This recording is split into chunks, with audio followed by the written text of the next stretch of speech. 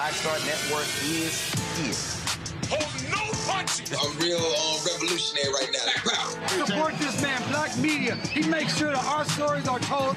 Thank you for being the voice of Black America, Roland. Stay black. I love y'all. All momentum we have now, we have to keep this going. The video looks phenomenal. See, there's a difference between Black Star Network and Black-owned media and something like CNN. You can't be Black-owned media and be scared. It's time to be smart. Bring your eyeballs home. You dig?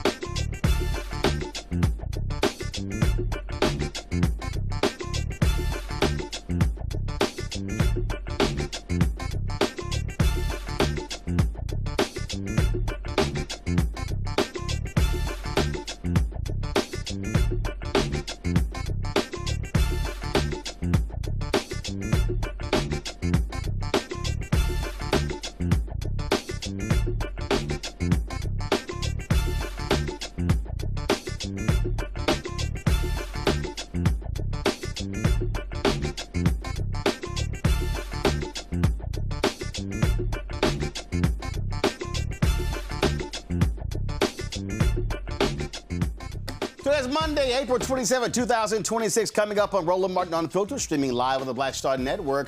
Florida Governor Ron DeSantis has unveiled a proposed congressional map for the Sunshine State, which his office claims could allow Republicans to flip up to 4 U.S. seats in the House. Oh, he gave it to Fox News before he gave it to the legislators. Nikki Fried, the chair of the Florida Democratic Party, will join us. The Supreme Court will allow Texas's redrawn Republican-friendly congressional map to stand, formally reversing a lower court ruling that deemed it unlawfully racial gerrymander. The Virginia Supreme Court hears arguments today challenging a voter-approved redistricting plan there. The court will decide whether the map meets constitutional requirements. Also, it's More Monday. Protesters joined Bishop William Barber to demonstrate against the spending of billions of dollars, what they consider an illegal and unholy war in the Middle East, where many people continue to suffer. Plus, Democrat leader Hakeem Jeffries calling out Republicans for their support of the war while they delay a bipartisan funding bill for the Department of Homeland Security. He also called out the White House when it comes to their language, their constant language of frankly calling out Democrats, claiming that they want to be violent. But most of the violent attacks come from the right. Plus, the man from California has been charged with attempted assassination after allegedly trying to force his way into Saturday's White House Correspondents' Dinner. And I got a few words to say when it comes to Trump's ballroom. It's time to bring the funk on Roland Unfiltered on the Black Star Network. Let's go. He's got whatever the miss, he's on it. Whatever it is, he's got the scoop, the fact, the fine. And when it breaks, he's right on time and it's rolling. Best believe he's knowing. Putting it down from sports to news to politics. With entertainment just for kicks, he's rolling. It's on go, y'all. It's Roland Martin, yeah. Rolling with Roland now. He's funky, he's fresh, he's real, the best, you know he's Roland Martin.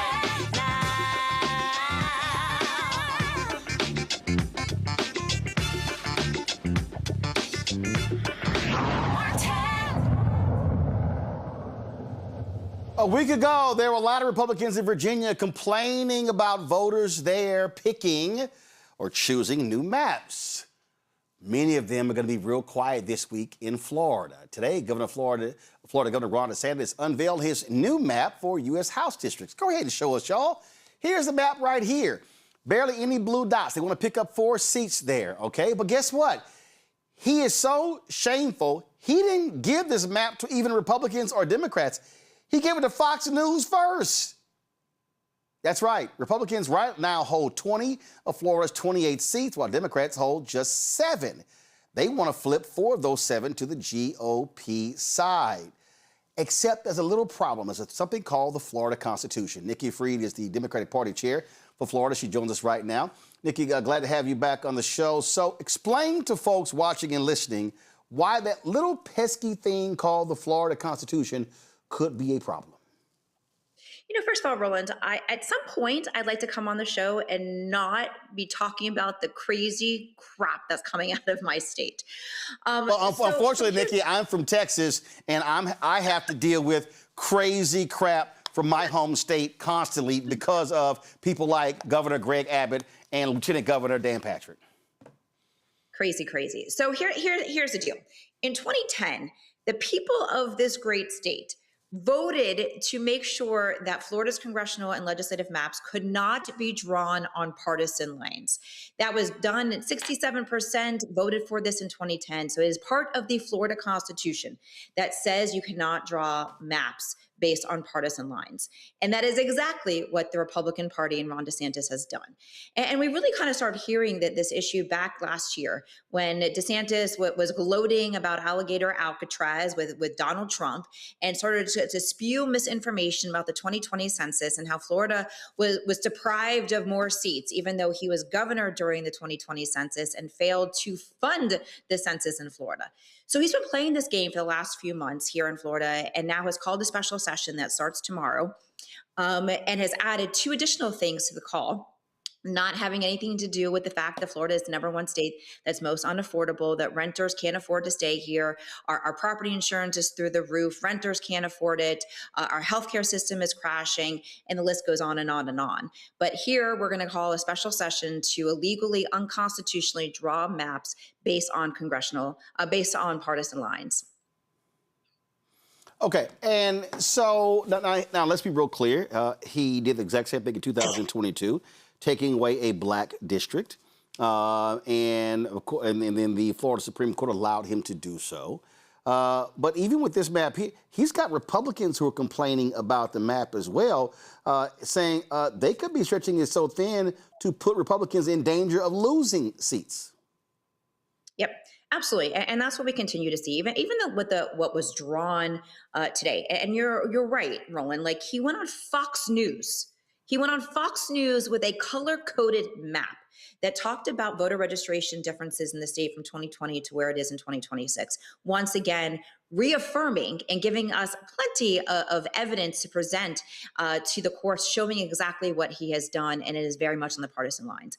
And because of doing this, you are not only risking taking away Republican votes from Republicans congressional reelections, but also legislators.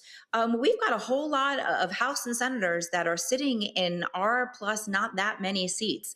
And with an energized Democratic ecosystem, and with the fact that Florida has been overperforming the national average, we have moved left 17 points in every one of our special elections and elections beginning part of 2025. We have flipped 29 seats here in our state since 25.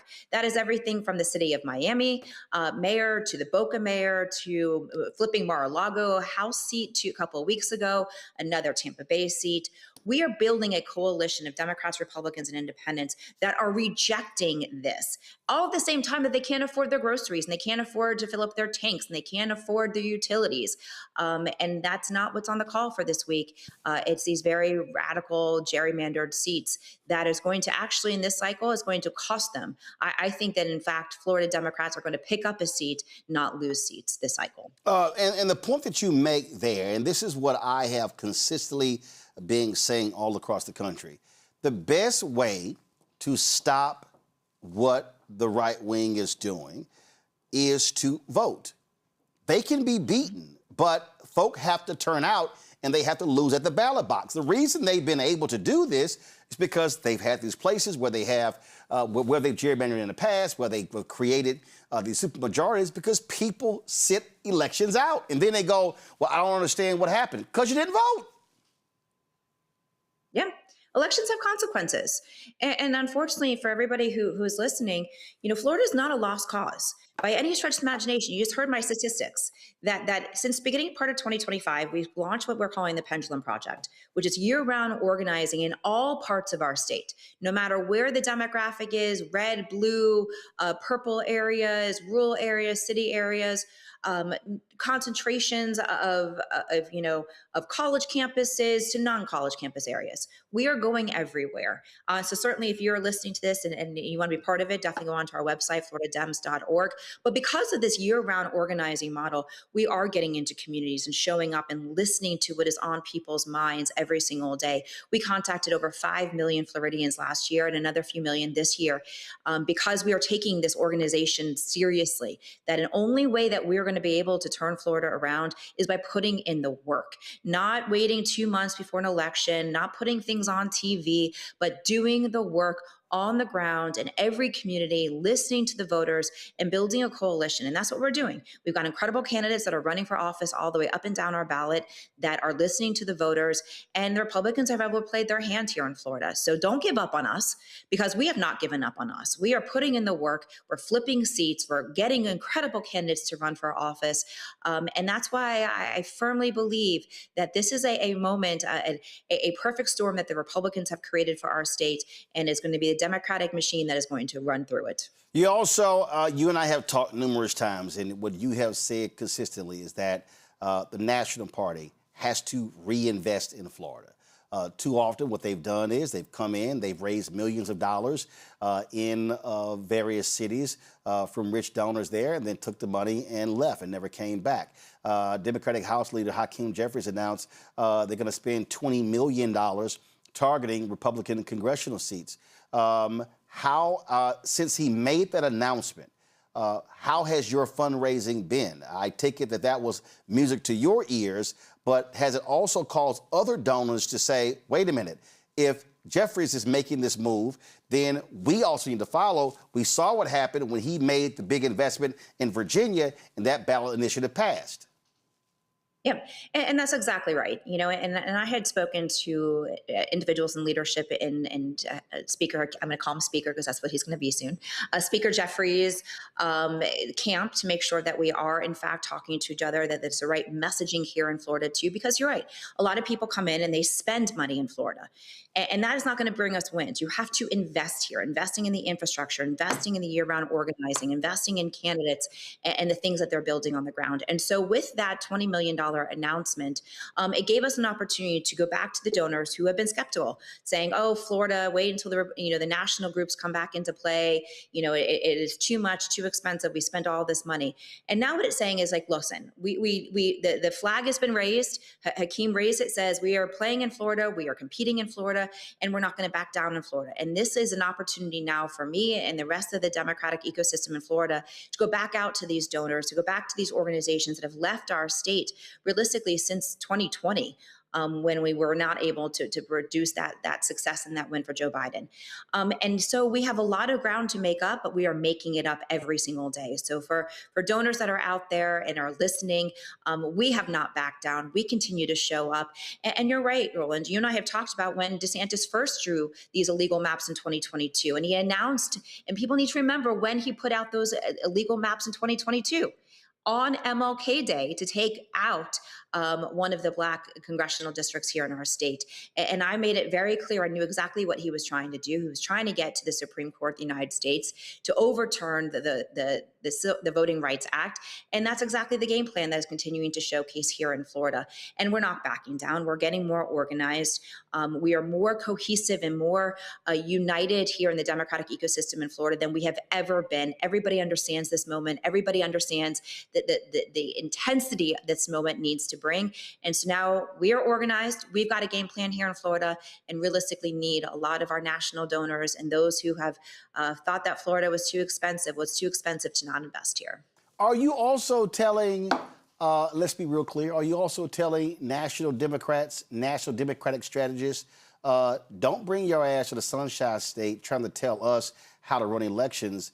You better listen to the people here to understand what's happening on the ground, because that's something that all across the country I hear, where what happens is on the House side, DCCC, on the Senate side, the DSCC, they come in with all their know-it-alls and they want to spend all the money on television, not realizing that you got to put money on the ground game as well. Are you making that perfectly clear to folks to say, hey, you listen to those of us who are from this state, from these cities, from these communities, from these neighborhoods, from these blocks, from these streets to know how to win here? Are you on my phone, Roland? Do you have a bug on my phone? Because it's legitimately, for 8 years, these are the conversations that I've been having, even with the White House, when President Biden, would be doing, some policy initiatives about Central and Latin America that doesn't necessarily jive with what's happening here in the state of Florida. And so it has been a consistent drumbeat, and including last week, making sure the messaging, and if they're going to be targeting a part of our state, we are different than other parts of the country. You cannot take polling from Texas on Hispanic voters in Texas and think that is going to translate to voters here in the state of Florida. You can't take messaging from New York and think that you're going to bring it down here to the state of Florida. So that is something that I do on a very consistent basis to all the national operatives and saying, listen, we are boots on the ground here in Florida. We are talking to our voters every single day. If you put money in our state and put it onto TV and the message is wrong, you not only have wasted donor dollars here, but you've also taken us back. And so that's an argument that I even made last week, making sure that it's going on to radio and it's going to minority-owned different publications. Make sure you're putting it on the ground, you're putting it into digital spaces. These are the types of advice that we're giving, and I continuously have those conversations as well with our statewide candidates who have national support and are bringing in resources and consultants from across the country. Florida is a different beast and would waste everybody's time and money and just energy if you come in here and you set us back by having the wrong message. So yes, I am consistently having those conversations with national operatives and people that are controlling some of those dollars that are coming into the state. All right, Nikki Fried, Chair of the Democratic Party in Florida. We still appreciate it. Thanks a lot. Thanks for having me on. All right, bring my panel, Dr. Omi Kongo Dibinga Sr., professor of lectures, School of International Service, American University, author of Lies About Black People, How to Combat Racism, out of joining us from D.C., Thelma Anderson, creator, The Public Opinion Court, and author of Shut Up and Prosecute out of Dallas, Dr. Zachary Kirk, educator and content creator out of Atlanta. Glad to have all three of y'all here. Thank you so very much. Thelma, I want to start with you. The point that Nikki made there, you cannot bring forward what happens in Texas. I think it's going to work in Florida. You can't say, well, this is in California. This is going to work here as well. You really have to be local, and what's happening in that state. And when I look at Florida, Nikki nails it. Democrats have given up on that state. They wouldn't invest. Also, the state party was in complete disarray before she took over. I mean, you just had clueless leadership there as well. And this is a huge state. It is in terms of you look at the presidential election. Florida used to be a competitive state. It was a state that Democrats competed in, and often was so goes Florida, so goes the nation. And when you look at the map, California has the most delegates. They have the largest congressional delegation, 54. When you look at Texas, that's 40 electoral college votes, 40 congressional seats. You look at Florida, you're talking about that number there, 30. That's huge. And so if you're Democrats, you have to compete in Florida if you want any shot at winning the White House. But in this battle right here, it's also important to make the investment to win statewide office, to win congressional seats, to win state Senate, state House, mayoral elections. You got to be organizing the whole state. You can't just give it up. No, I absolutely agree with you. And to see Nikki, and that they have a leader, they have someone that they can pump into that is going to lead them to better results. Now, we are in a time now where it's more of an option for them to go back into and refuel, because we know that when you give up on something, you got to come in and you got to recalibrate and you got to refuel. And I think it's the perfect time to go back into Florida, and knowing that DeSantis is attempting to do something that his neighbors have done, and he knows that it won't work, but because he has done it before, he's like, oh, let me stick it out there again and see if it sticks. But thankfully, they do have an amendment that actually is going to put them on pause. But do we really believe in the Supreme Court for them to actually do what the law states? And outside of that, because the Democratic Party continues to say, oh, well, we're going to push out of Florida, we cannot push out of Florida. Florida is a state that can be up for grabs, but do we know if it's up for grabs if we are continuing to take money out of a state that can be beneficial for the Democratic Party? The thing here, when you talk about these seats, Omi Kongo, it has been extremely precise how Republicans have utilized computers and algorithms to really narrowly draw these lines, to know how to shift 1,000 or 2,000 or 3,000 or 5,000 voters to give them an edge. But the reality is turnout is always the issue here. And you've got some Republicans in Texas who are worried that the redrawing of maps there could also put some of them in jeopardy. And so what Nikki Fried is saying is correct. If you invest in the ground, you can beat them at their own game by turning out more of your people. And so it's not, so if Florida does do this, it doesn't mean that, oh my goodness, it's all over. Democrats could still do well if they turn their people out and vote in massive numbers. It always comes down to numbers across the entire country, and you always talk about that, Roland. You talk about, particularly as it relates to black voters, if we just vote our numbers in so many places, we could have flipped some red states blue or at least turned them purple. And, the fact of the matter is that we still don't seem to understand that. When it comes to Florida, there are some good candidates there, but they've seen wins already in Miami and other spaces. You got people like David Jolly, who people look at as a strong gubernatorial candidate. this has always been the case. And so if people are really serious about Florida, now from the national level, if they're really serious about Florida, they're going to put some resources in, because just from your guest alone, there are people on the ground doing real work. And it seems like for the last, I don't know, 3 or 4 elections, we've always said that this election is the most important election of our time, right?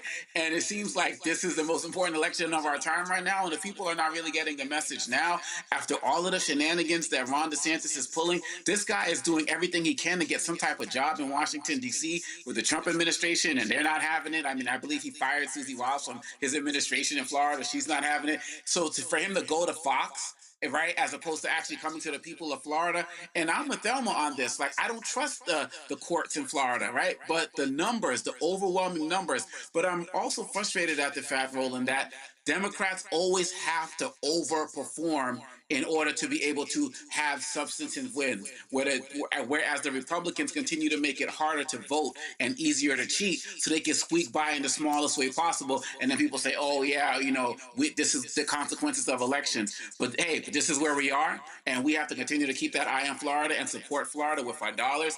And the Democrats, the National Democratic Party leadership, they need to get on board and let the Floridians lead, as opposed to coming in with some cookie-cutter approach to how this is going to get done.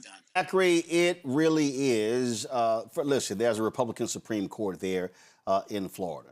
But again, no one knows. I mean, today in Virginia, the lawyers for the Democrats and Republicans went there, and the Democratic lawyer got pounded by Supreme Court members when it came to the ballot initiative there. Now, it doesn't mean you know how they're going to vote, but the bottom line is you don't know.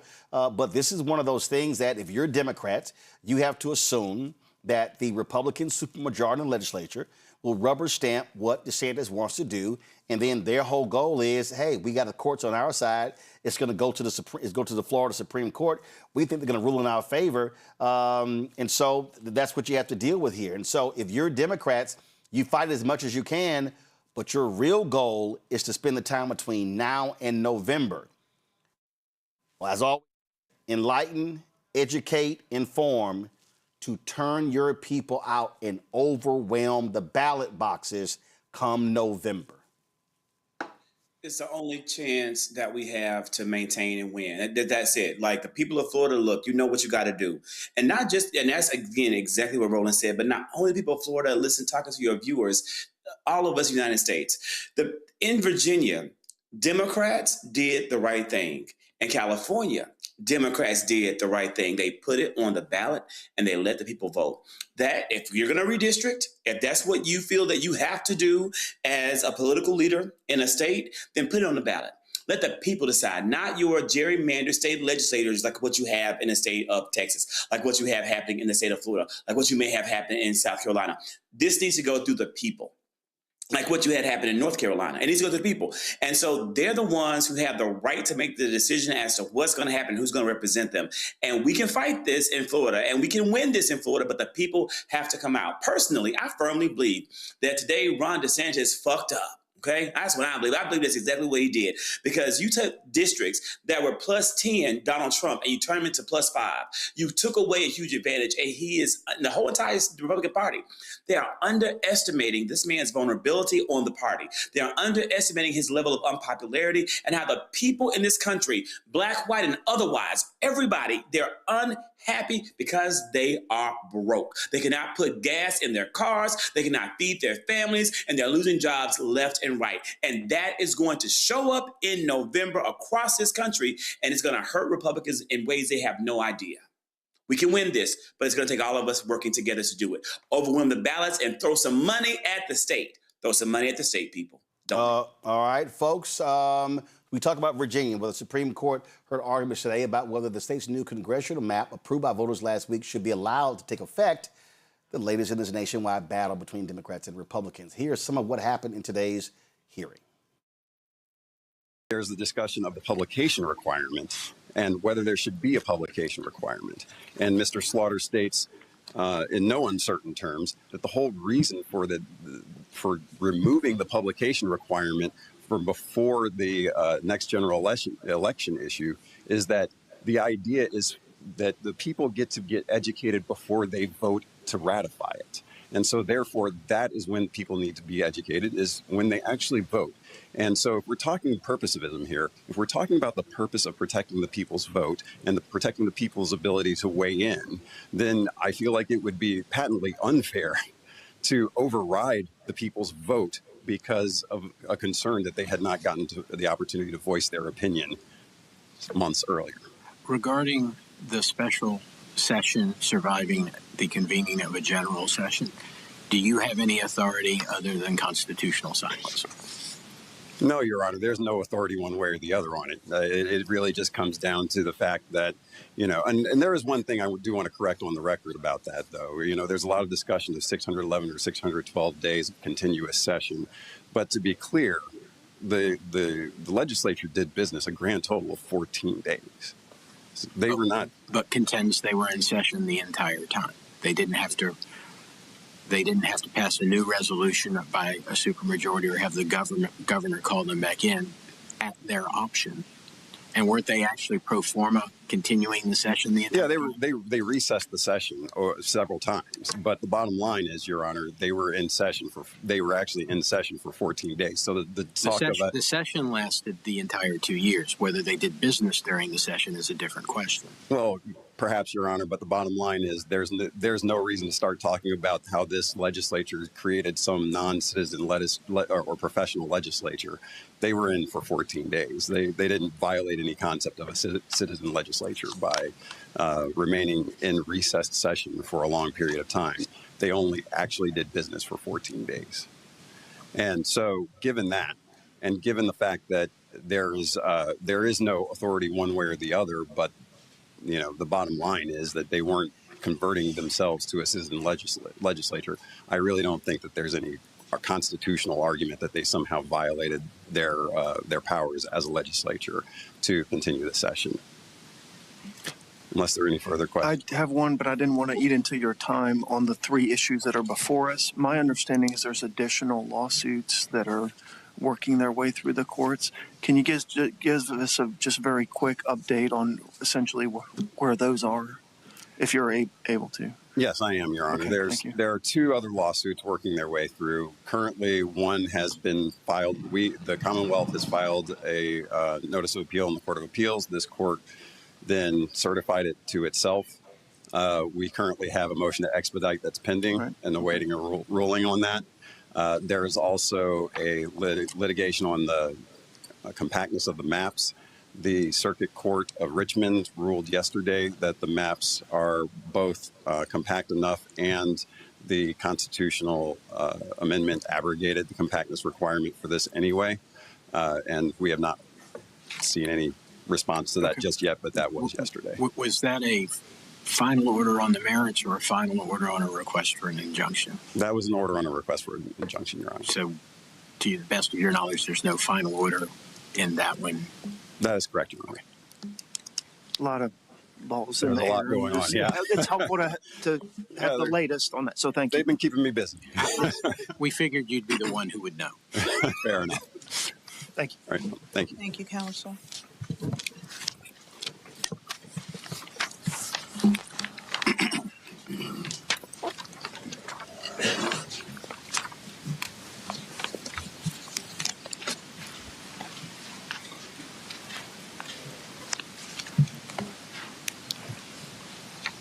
Good morning, Madam Chief Justice, and may it please the Court. Thomas McCarthy for the appellees. The Virginia Constitution and Code delineate a very specific and detailed process for amending the Constitution, a process that proceeds in 2 stages with an important role to be played by the voters of the Commonwealth in each. The Court held nearly half a century ago that Virginia voters are entitled to strict compliance with that constitutional amendment process. Yet a bare partisan majority of the General Assembly rammed the proposed amendment through the legislature, departing radically from the mandated constitutional amendment process and historical practice, severely undermining the rights of Virginia voters, and indeed undermining confidence in the results of the very referendum itself.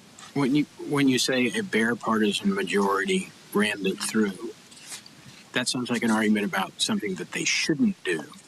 but we're only concerned with what they couldn't do. It doesn't matter that it passed by one vote, and if it only passed by one vote in the General Assembly, if they have the power to do it, or if they followed the right procedure. They clearly have the power to do it.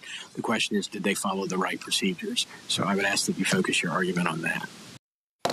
Now, Democrats in Virginia pushed this new congressional map in response to what Republicans are doing elsewhere. Again, the Supreme Court will decide. It's 7 members of the Supreme Court, and so we'll certainly see what happens. This is going to impact what goes down in November. Now, the Supreme Court today ruled that Texas can proceed with a congressional map that favors Republicans. In a 6-3 decision, the court formally reversed a lower court's ruling that deemed the map an unlawful racial gerrymander. The High Court's ruling allows Texas to use the congressional map passed by the state legislature last summer in the upcoming November elections. This map could secure Republicans up to 5 additional seats in the House, and it would remain in effect until at least the 2026 election. The dissenting justices in the summary reversal were Sonia Sotomayor, Elena Kagan, and Justice Ketanji Brown Jackson. Now, why is this Supreme Court decision in Texas important? Because the lower court called it a racial gerrymander. The Supreme Court will be issuing its opinion in the Louisiana versus Calais decision. Why is that important? Because they could very well rule, and based upon the questioning that we saw within oral arguments, they probably going to rule that race cannot be used in the creation of these districts. Now, this is important because that's why DeSantis is doing what he's doing in Florida. He believes that that's exactly what is going to happen, that the Supreme Court is going to rule in favor of Republicans in this because they're fighting the creation of a second district in Louisiana. Now, here's what's crazy. Supreme Court previously ruled that the district was supposed to be created. But then the same Republicans came back and then tried to say, well, we shouldn't be using race at all. That's what they're going to be deciding. Now, why is that important? Because in Mississippi, the governor has said, we're going to call a special session because we think the Calais decision is going to come down because they've had to redraw Supreme Court seats and state seats due to the issue of race. Back to my panel. Congo. And this is the thing that people have to understand. All of these things are commingled. And so what is happening?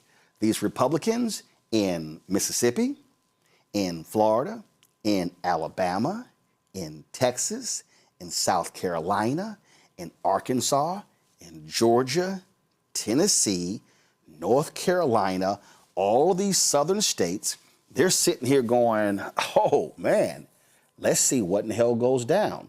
And so we're now talking about if the Supreme Court rules for the Republicans in the Louisiana versus Calais decision, then what you're going to see are Republicans literally try to wipe out as many as 20 Black and Latino congressional seats all throughout the South using this particular decision. So that's why this Texas Supreme Court ruling is important, saying, hey, forget the lower court ruling saying it was a racial gerrymander, because remember, the Supreme Court ruled that they had no role in political gerrymandering. And that's what unleashed all of this mid-decade redistricting. Now what they're going to likely say is there's racial gerrymander. Hey, we got no role in that. And so that could lead to a wipeout of seats. So people need to understand why voting is important. And you're going to see with this Supreme Court decision, and we believe it's going to go against people of color, it is going to cause a massive shift in Black political power, and it's going to wipe out a lot of Black political power. I mean, and you add to that what's gonna happen in their decision relating to the Voting Rights Act as well, and they are, with as a word I said, with surgical precision, targeting all aspects as it relates to Black empowerment through the political process and voting. As I said earlier, they want to make it easier to cheat and harder to vote. If we don't come out in these overwhelming numbers, it's I don't want to say lights out, because we've been in worse situations and we fought for these rights, but all of the struggles that we've put through to get to this point, with the Civil Rights Act, the Voting Rights Act, it's all being wiped away, and they're doing it slowly. And I just don't understand for the life of me how slow Democratic leadership has been as it relates to responding to this. They're so reactionary, and it seems like day by day, Republicans have cookie cutter legislation already in store that they're passing around to their colleagues in different states. They already know which judges and which courts they're going to target. They already know what they're going to push to the Supreme Court. And we have some fighters out there like Mark Elias and others, but it seems like the Democrats are just always behind as it relates to this, even when they're in power in certain places. And so it always comes down to the people. And it's unfortunate that we don't have leadership that's as strong, that listens to people like you as they should, because Roland, again, you've been one of the people at the forefront of talking about this. And I mean, some Democrats do get it, but not enough. And since the Democrats don't get it, all we really have right now is the people. All we have is independent media sources like this, lawyers who are out there really doing their work, grassroots organizers who are out there in organizations that you talk about supporting all the time. And for everybody out there, this is why Roland's always saying, send the money to the local organizations doing the work, or the grassroots organizations doing the work, as opposed to the national Democratic leadership, because it seems like at many levels they don't really know what they're doing. But this is an all-hands-on-deck approach, and you really laid it out of how it's happening across the country, particularly in the southern states, and it's only going to get worse if we don't act right now. See, Zachary, what I need black people to understand, I'm not having primarily, I'm not making a Democratic argument. I'm making a black argument. I'm making a Latino argument.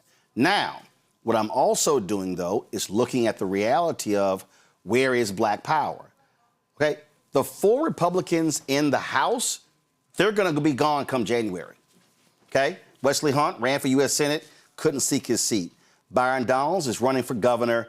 If he wins or loses, he can't run for his seat. Burgess Owens was afraid to run after they created a new Democratic seat in Utah, so he chose not to run. John James is running for governor of Michigan, so therefore giving up his seat. So facts are facts. If you're African American, our black political power is on the Democratic side. So what I'm trying to get our people to understand is that what they're doing, and I have been saying this consistently, and for all y'all black people, it's amazing that people got lots to say about Megan and Klay Thompson, which ain't got nothing to do with political power.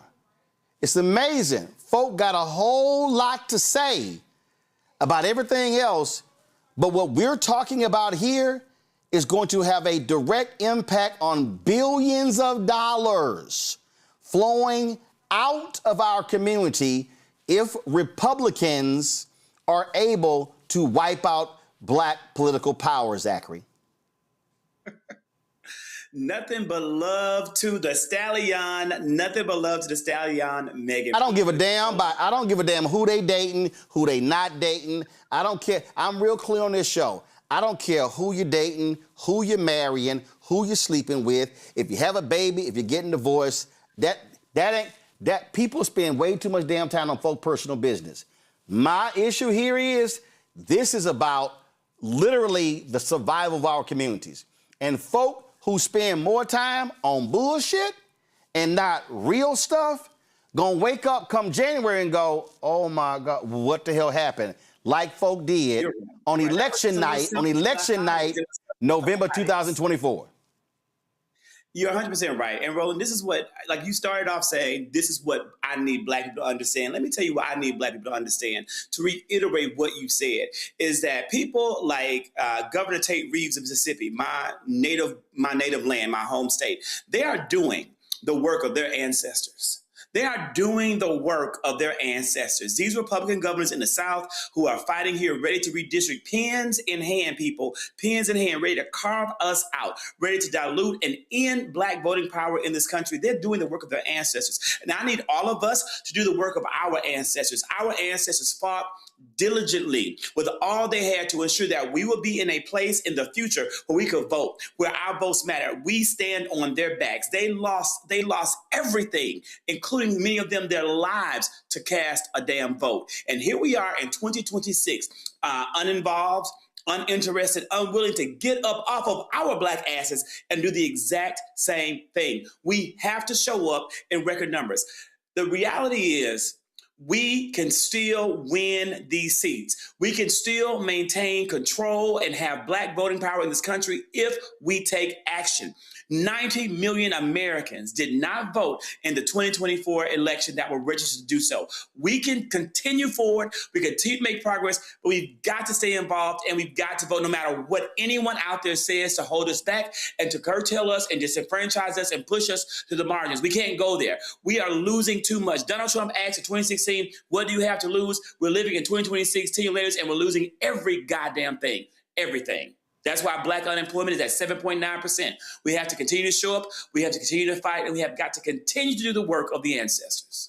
See, the thing for me, Thelma, I had some folks hit me and they were like, Roland, 300,000 black women lost their jobs in 2025. And I said, I know. And almost 500,000 black men and black women losing jobs. Black male and black female unemployment has gone up under Donald Trump and MAGA. And what I am looking at, and again, all these folk who love talking, who love to say, well, we ain't got nothing, our community, they ain't changed anything. I'm telling all y'all right now, y'all can sit here and run y'all mouths all y'all want to. Y'all can sit here and talk about how Democrats this and Democrats that and Democrats, go right ahead. Y'all can sit here and talk about, the Congressional Black Caucus ain't nothing. My state Black Caucus ain't nothing. Y'all are about to find out real soon what happens when 5, 8, 10, 15 black members of the legislature gone. You about to find out what happens when they're gone. Black folks in Texas already know what it's going to look like when you go from 4 black members of the House to 2 because of what they did there. And if people want to play that game, okay, but we're going to sit right here and say it, hashtag, we tried to tell you. Mm-hmm. You're absolutely right. And when we talk about how behind the Democrats are, we got to talk about at least 10 years behind of what the Republicans have been putting into place. And when you think of how did they get their plan in place, I think back to these meetings that they were having at the Epstein Ranch and at the Epstein Island, and they're formulating these plans while they're doing the most despicable things to children. That is because they knew that their time was going to come where they needed the power in order for them not to be held accountable. So they put these things in place.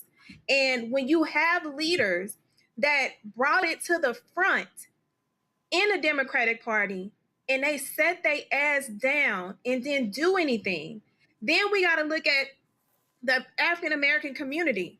How many individuals would rather get on social media and use clickbait to talk about things that have no value in what is being taken away from us at this very moment, which is the power of our vote. Our votes that our ancestors shed their blood for, had to stand in line, had to vote with jelly beans, had to do the unthinkable in order for us to have the ability to vote. And we take it so lightly, as if, we're just going to wake up the next day and we're going to have our ability to vote. No, that's not what they're doing. Their plan was put into place. Why you think they have the Supreme Court? The Supreme Court gives them the ability to take our votes away. When Gary Chambers brought it to the light in Louisiana years ago, they sat on their ass because they didn't want to hear from him. And that's the problem I have with the African-American community, is they have selective processing with who they want to take information from. information that benefits us in the long run, I don't give a damn who is telling it. Say it. Because if you don't, and we never get it, we're going to continue to be behind, even with the Democratic Party. And that's the issue that I have, is these leaders sitting on their asses thinking that they are a prize when you will lose that prize that you think you are to what they want is to take our votes away. Again, I just, y'all, we walk y'all through this all the time. We walk y'all through this. We walk everybody through what were going to be the implications of Donald Trump winning in 2016. We told you. Everything we told you happened. We told y'all what the implications were going to be if they win in 2024. We told y'all about Project 2025. We sounded the alarm. We told y'all about the courts. We told y'all about what they wanted to slash. And all these folk, and you got some Negroes out here. Oh, Trump ate too. I saw some fool talk about, oh yeah, I told y'all Trump did some good things, and there was a black woman who got sick back in the day, and he went and paid her medical bills. So you think that negates him being a racist? That was Trump trying to get some media attention. See, we tried to tell y'all. And see, what I need people to understand is that what the Republicans are doing right now, listen to me clearly. I need all y'all to listen to me clearly what I'm trying to tell y'all. What the Republicans are doing, they're saying, if we dismantle the districts, we dismantle the policies, we dismantle the infrastructure, even if they win the White House in 2028, it's going to take 20, 30 years to reconfigure it. Let me say that again. I need everybody listening to what I'm saying. Republicans are looking at the 3 Reconstruction Amendments, the 13th, the 14th, and the 15th Amendments that were passed by the radical Republicans who opposed slavery during that period that led to Reconstruction, the 13th, 14th, 15th Amendments. What then happened? You had the Great Compromise, you had the election of 1876. You had the Great Compromise of 1877. You then, of course, had the Supreme Court making various rulings. And then you had, of course, the Plessy versus Ferguson ruling in 1896. That Great Compromise of 1877, listen to me clearly, the Great Compromise of 1877 led to the wiping out of black political power all across the South. 1890, the Republicans, in Mississippi, the white folks there said, oh, hell no. No, hell no. We can't have this. So they had a state constitutional convention in 1890 where they took the right to vote away from black people because the white folks said it's too many of these black people who are winning office. Because after the end of slavery, from 1865 through 1876, y'all, 1865 to 1876, black political power, they wielded that power quickly and decisively. They passed laws all across the South. There were more black state legislators in South Carolina than white. And they said, no, we can't have this. So what happened?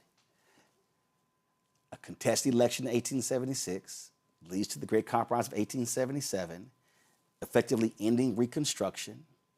You had the storming, the coup of Wilmington, North Carolina, and they begin to wipe out. And that's when Congressman White gives his speech, his famous Phoenix speech from the floor, because he was the last remaining black member of Congress. He gives that speech. Did y'all do the math? The Great Compromise of 1877, Plessy versus Ferguson was 1896. That's 19 years. With these people, and then 1896, you don't see another civil rights bill. Last civil rights bill, I think, was 1875. You don't see another civil rights bill in America until the watered down one in 1957. And then you get to the 60s. And so what today's Republican Party, not the radical Republicans in the 1800s, today's Republican Party is aligned with the Southern Democrats of the 1800s. Today's Republican Party is sitting here going, how can we dismantle as many of the laws and the rules that were put in place during the Civil Rights Movement and after the Civil Rights Movement? Contracts, education, housing, health, dismantling the billions in grants. Because when you take the grant money away, you're now destroying the organizations. Y'all to hear what I said. You take the grant money away, they're destroying the organizations. The organizations are within the communities. And so now, when you choke off the money, you no longer are seeing the results. What did Doge do? Doge choked the money off for AIDS programs in African countries. A year later, what are we now seeing? The rise of AIDS in those African countries. And so what I need, black folks, and we love commenting on bullshit on social media. What I need y'all to understand is that what we are seeing right now is the targeting of anything black and everything black. They laid it out, and they're saying if we completely disrupt and dismantled the federal laws that guaranteed voting rights, the federal laws that determine congressional seats and state seats, if we dismantle these things, then we are wiping out the complete black infrastructure. And that's why I framed this in January of last year as this is the defunding of black America. And it's happening before our very eyes. And so you can be consumed with all this other stuff. You can be sitting here, you don't like me, you can't stand what I say, oh, you met me and I was rude, which is nonsense because I speak to everybody when I go anywhere. Y'all can say, you can say whatever you want to. You can sit here, y'all can trash me on Threads, Twitter, Instagram, all over the place, but I'm not lying. And I'm telling you right now, black people, if this continues, and if we do not vote, and I'm gonna take a break, and I'm gonna show y'all what happens when we don't vote. The last election was the largest gap in white-black turnout in 30 years. I need y'all to understand. We scared the shit out of them in 2008. In 2008, black people, by percentage, voted at a higher rate than white people did for the first time in American history. And that was with the election of then Senator Barack Obama. That was 2008. 2010, many of us who showed up in 2008 didn't show up in 2010. And then you had the Shelby County versus Holder case that was decided by the Supreme Court and that gutted Section 4 of the Voting Rights Act. And that's when they began to fight the Voting Rights Act, shut down polling locations, change voting rules, put in voter ID, because they saw with their own eyes the power of black voters. And they said, no, we can't handle this. And what has been our response since? We have had fewer of us voting in each election since 2008. I've always said, when you show what you are capable of doing, you got to keep showing them. You got to keep turning out. They are absolutely scared of the future of Black people and Latinos and Asian Americans being in charge. My book is called White Fear, How the Browning of America is Making White Folks Lose Their Minds. This is the book, y'all, and I laid it out. And I'm telling you right now, what I am laying out to you is exactly what is going on. And I'm telling you, if we continue to play games and to be talking about every other thing and ain't got nothing to do about our future, we gonna look up and we gonna see, and we already seeing it, we gonna see scholarship programs wiped out. We gonna see Black health programs wiped out. We gonna see education opportunities wiped out. We're going to see Black political offices wiped out. We're already seeing, last year, Biden-Harris, $10 billion in federal contracts going to Black-owned businesses. Well, only 2%. That sucker's already down to 1.2% under Trump. So if you lose economics, education, health, civil rights, social justice, they've wiped out your Black infrastructure. And that is their aim. So, folk, I'm telling you right now, you can mark it down at 7:02 p.m. Eastern on April 27th. If we sit these elections out and let them win, and when it happens, y'all mark this moment. You cannot say you weren't warned. You cannot say the flag was not flown. You cannot say the siren was not sounded. Because it is. We're going to keep hitting it every day, whether the haters like it or not. I'll be right back.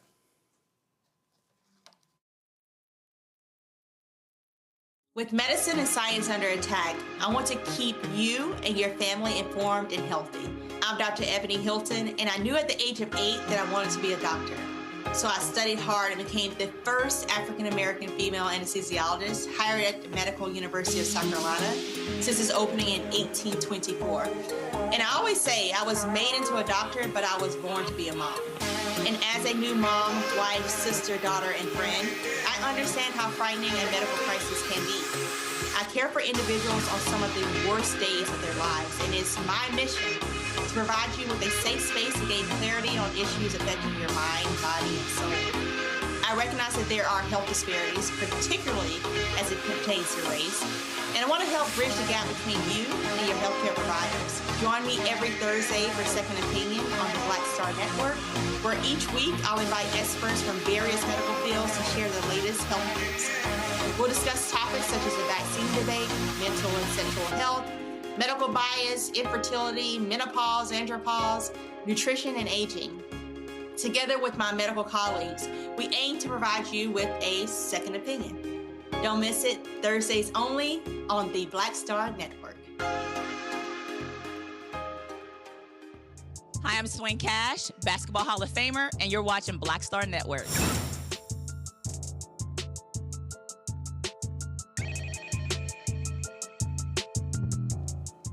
Folks, today in D.C. was Moral Mondays, and repairs of the breach organized several protests in D.C. right down the street from us, really a block away. They protested what they call the illegal and immoral war in the Middle East. The Trump administration is spending billions of dollars on warfare while people are suffering. Bishop William Barber made it known that they are standing against the policy of violence, abandoned communities, and the normalization of destruction. Today, we are here for the third Moral Monday. Say, stop the war and save lives. Say that, stop the war, and save lives. And we are in 16 states and in Canada today, clergy, moral activists, impacted people are gathering. But we made a decision that today we needed to engage in deepening the call. And so today, I'm going to take some time and study why we have nonviolence and a commitment to nonviolence. We're asking 1,000 clergy beginning today and impacted people to go online, and in a moment you will hear it. This is another special declaration and prayer to make the commitment and to send it to every member of Congress, because we must make sure, as one of the principles of nonviolent direct action, that people know exactly why we're doing what we're doing. For it may not change them immediately, but surely it changes us and keeps us focused on why we must study war no more. We also are announcing today that on May the 11th, we're calling for peace and nonviolent rallies in our 16 states and here in D.C. And we'll be seeking authorization. What's it called when you get from the city? Permits to be in the street right here in front of the White House, and call on people to join us on May the 11th here and around the states. Lastly, today we are also announcing that we're calling on young people who now are automatically selected to serve, that in our Moral Mondays we will be teaching the basics of conscientious objection and giving young folk a place they can come and announce their public statement against war, and how and what the process is for engaging in conscientious objection. Why these three things? Why this deepening? Give me a moment as we talk to people around the country and around the nation and those of us who are here. At Saturday night's White House Correspondents' Dinner, journalists planned a party with White House officials. The very White House officials who consistently berate them for doing their job. That in itself was a curious reason for gathering. But before Trump could give what he claimed would have been the most inappropriate speech ever made, it's what he said. The event was interrupted by Cole Thomas Allen, a 31-year-old man from California who fired at Secret Service agents while attempting to storm a security checkpoint. Allen was taken into custody with no officers or guests, and no officers or guests were injured. At a press conference back at the White House, Trump claimed he felt everyone coming together before the shots were fired, and called for unity in response to the gunman's action. But President Trump has spent a decade or more exploiting every possible fault line to divide Americans. He has incited violence against members of the media at rallies, and he kicked off the celebration of the United States 250th anniversary in Des Moines, Iowa last July 4th by declaring hatred for Democrats and others who would not support his dramatic cuts to nutrition assistance and health care, which are also forms of violence. We know very little about Allen or his motive for this attack, but this much seems clear. Allen believes what the president and many others in our society believe, and that is that peace will come when their enemies are obliterated. And they must use violence to win the world that they want. This idea is what Jesus called bad leaven, a spirit of division and violence that cannot be easily turned off once it has been unleashed to serve some political goal. Once this bad leaven is unleashed, once this spirit, impure spirit is unleashed, it's hard to turn it off. You heard Bishop Barber there talking about the man who's now been charged with attempting to storm the White House Correspondents Association dinner. He has been charged with, again, attempted murder on Donald Trump. Cole Thomas Allen, the educator and engineer, was formally charged during his first court appearance. He faces additional charges for using a firearm, doing a violent crime, and for transporting a firearm across state lines with the intent to commit a felony. An FBI affidavit reveals details about Allen's planning. Authorities allege that on April 6th, he reserved a room at the Washington Hilton where the event would take place. He traveled by train from California last week and checked into the Washington Hilton a day before the dinner with his room reserved through the weekend. The event had barely begun when the 31-year-old resident of Torrance, California, armed with a shotgun and a pistol, attempted to bypass a security barricade a floor above the ballroom. This prompted an exchange of gunfire with Secret Service agents.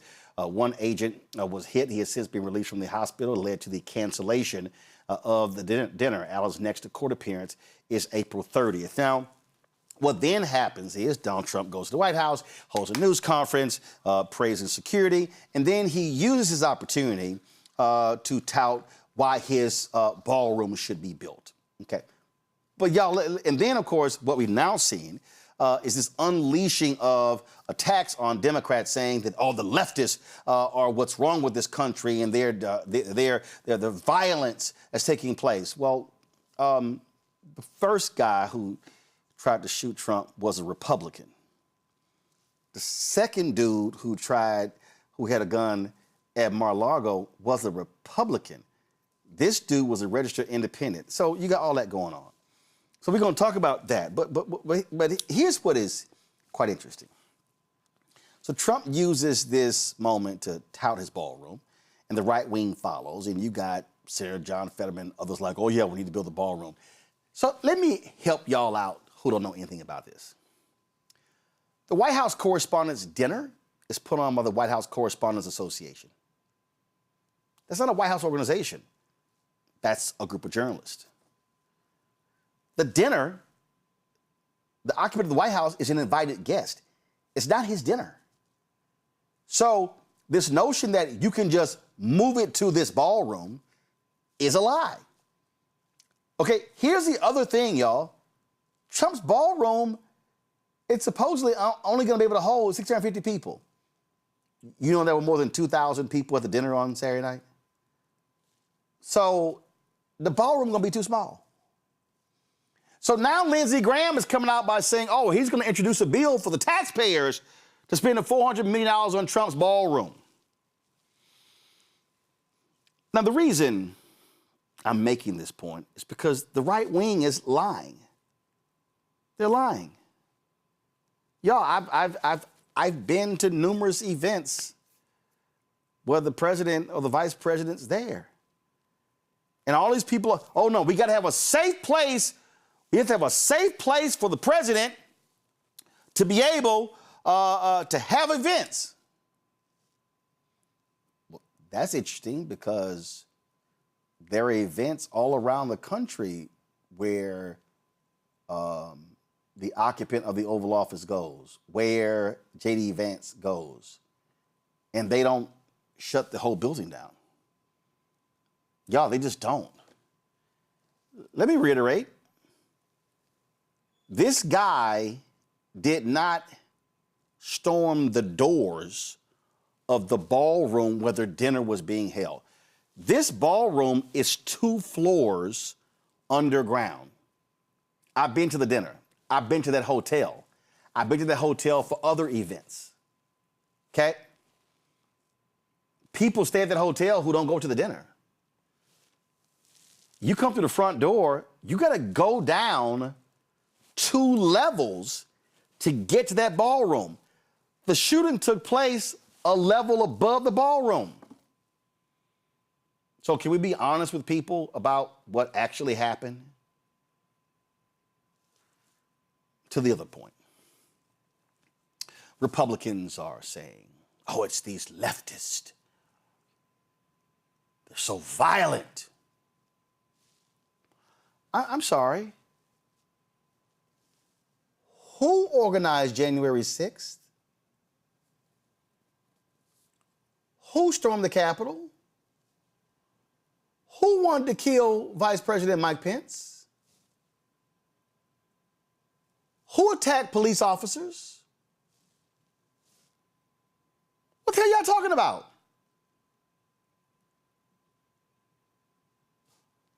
Who tried to kidnap the governor of Michigan?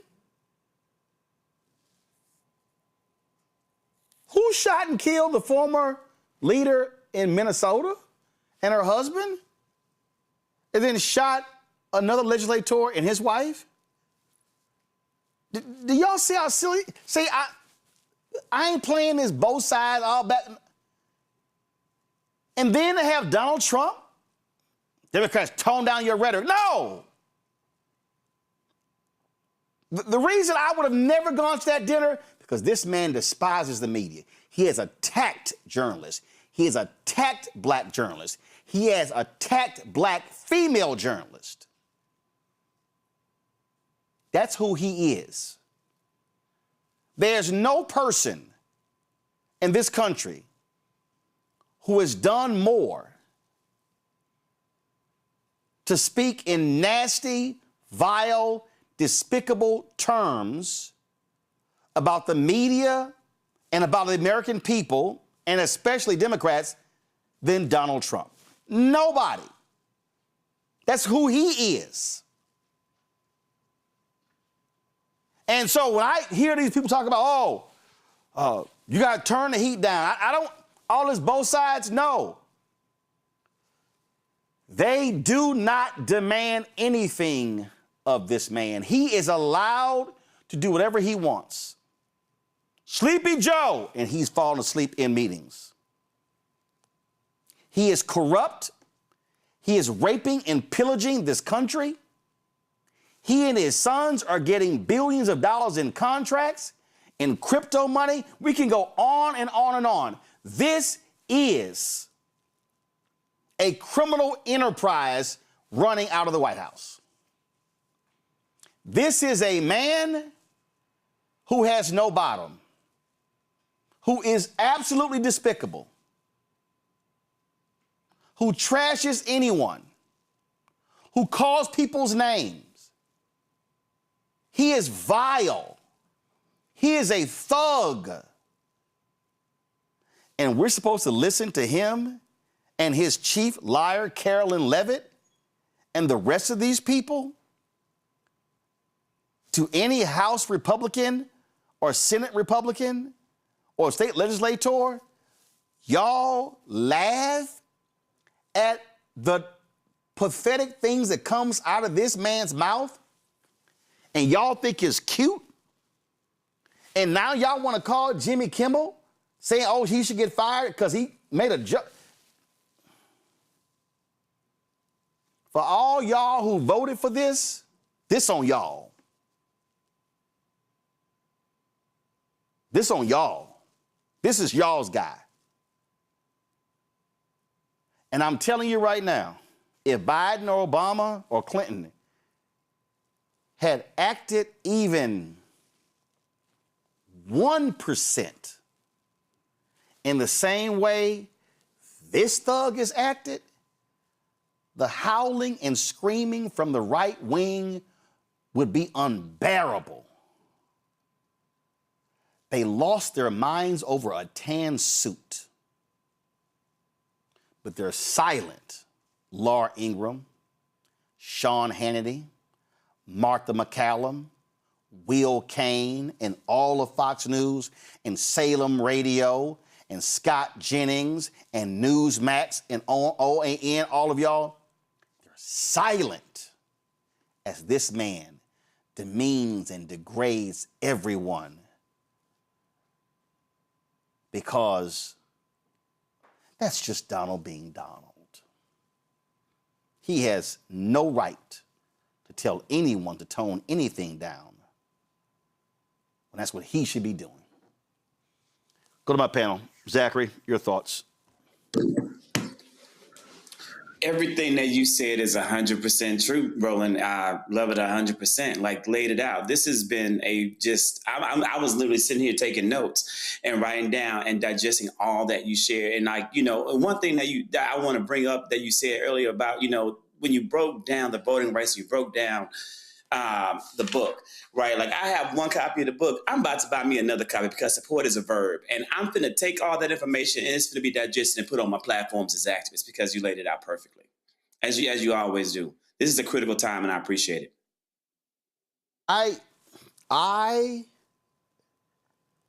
Congo, I am very clear on this. I've covered Republicans, I've covered Democrats, I've covered independents. What these people have allowed to happen with this man 2 blocks from this office is beyond despicable. They have no leg to stand on. And whenever they try to criticize somebody else, I'm like, I don't want to hear it when you smile and cheer on the filth that emanates from this man's mouth, and then they dare try to say he's a Christian. Yeah, it's despicable and it's disgusting. And this whataboutism, this both sidesism, that's one of the things that it's just angers me the most when I watch some of these guys. I was watching Dana Bash, not watching her, in the car. Dana Bash on CNN and Jamie Raskin. Do the Democrats need to tone it down a little bit? And Jamie Raskin was like, well, what is it exactly that we said? It's like the people who are being asked to do this, these Democrats, they need to put these journalists or so-called journalists and talk and hosts, they need to put them on the spot, like run it down, saying because and Dana Bash is like, well, you all say that he's terrible for the country. Well, first of all, that's a fact, but why can't you say that and not be accused of fomenting violence? And then you say nothing about Trump, who is fundamentally a violent man. Whether you're talking about the rape charges, whether you're talking about all of his rhetoric about, beat these guys down, I'll pay your bills. Back in the day, we used to carry these guys out on a stretcher, like from the very top. And you notice whenever Democrats suffer any type of political violence, whether we're talking about the representatives in Minnesota that you mentioned, or Nancy Pelosi's husband, they never come out and talk about toning anything down. And they never really get asked about toning it down. And on top of that, they joke about it. Oh, look at that. We need to have a wall at the border, just like Nancy Pelosi has a wall around her house. Oh, but I guess it didn't really work as much, huh? That's what Trump said. Oh, how's her husband doing? I heard she's not doing her. And he makes these jokes while the Republicans laugh. And so the media folks don't want to, the mainstream media folks don't want to call them out on their hypocrisy. The Democrats don't want to accurately challenge these hosts when the whataboutism is brought up. So all that's left is us. All that's left is those out here in these independent media spaces and our platforms to call out the hypocrisy, because the violence comes from the top. And furthermore, it not only comes from the top, the Republicans, they elevate violent people. They elevate racists. They elevate homophobes and misogynists and anti-Semites and Islamophobes. At least the Democrats, when something like this happens on the Democratic side, the Democratic leadership will at least call people out, maybe call people to resign, vote. I'm not saying they should do this, some voted, I think, to censure Rashida Tlaib or whatever. Maybe I was wrong about that. But at least they take some form of action to hold their folks accountable. Republicans, it's like getting to the top. It's a feature to be racist. It's a feature to be violent. It's not a bug. And so that's another reason why this whataboutism is absolutely fake. But let's be mindful of it, Roland. Last thing I'll say, at the White House Correspondents' Dinner, CBS, who's now officially in the hands of the Ellisons and Trump, they had 15 tables at the White House Correspondents' Dinner. So this media is already wrapping itself around catering to Trump just by who's owning these outlets alone. So we're only going to see more of the whataboutism from the networks that they own, or the people possibly like Dana Bash who are auditioning to stay on once they take over CNN. Again, I mean, we're going to call it like it is. Again, what these people are saying and doing, it's abundantly clear. I just need people to understand what's going on. And this man hates, he hates the media. He hates any media that doesn't kiss his ass. And he relishes being able. He relishes being able to slam reporters at all turns. And he specifically is and consistently is attacking black journalists, black female journalists, Thelma. And what drives me crazy, you're there in Dallas to sit here and have to listen to Texas Governor Greg Abbott and Lieutenant Governor Dan Patrick, who tries to act like he is just this super holy, super Christian, and they will stand with this evil man at every turn. Listen, we got to call it like it is, just like you said. This is not just a Republican problem. This is a world problem, because the world allowed this to happen for him to get into office. And when I'm thinking about this White House Correspondents' Dinner, when has this ever happened before? And we're talking about, oh, we need to protect the president. Well, maybe he needs to stop showing up so other people can stop being put into danger.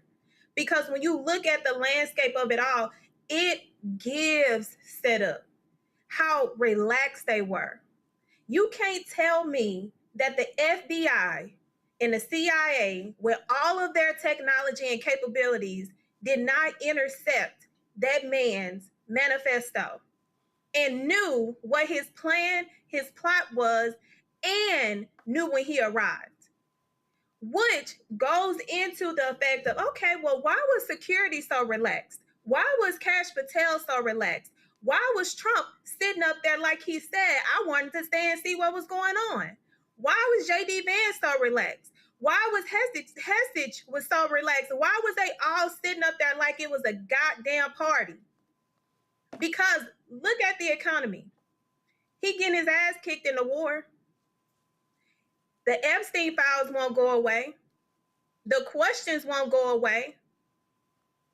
Manipulating the stock market in order to say, oh, we got a deal today in this war. We don't got a deal tomorrow. We close to a deal. Hold on, the deal almost manipulating the stock market to enrich themselves while they are causing Americans to suffer. And the Americans that they want to suffer more looks like me, because they know that with African Americans, we have power. And our power is something that always scares them. So when we're looking at the whole landscape of how dangerous this man is, this man has been dangerous his entire life because he's had access. He's had resources. He's never been told no, even by the women who have held him accountable. He knows that he has been held liable for assaulting a woman, but he gets on TV and wants to say, oh, I've never been charged. I've never been accused. Can you stop lying? Please. But we are in a moment of time now where we have everything that we need to see. African Americans cannot be the only one that holds this man accountable. We have Latinas, we have Asians, we have every other race that sit on the goddamn sideline and have allowed this man to perpetuate danger and tear down the value of this country. Everybody have a job to do, and that is to use their voice, use their platform, use their resources to make sure that what we have been set back on, that we don't continue to fall behind because we have allowed a nuisance, a dangerous nuisance, to take over our country. Just so we're clear, this is from the Rupert Murdoch-owned Wall Street Journal. They put together a graphic that says political orientation of perpetrator in domestic attacks and plots targeting the U.S. government for attacks where orientation was unknown. The blue is what they call the left. The red is what they call the right. 1995 to 2000, 2005 to 2010, 2015 to 2020, and then 2025. The source, the Center for Strategic and International Studies. This graphic clearly shows that since 1995, more of the political attacks have come from right wing.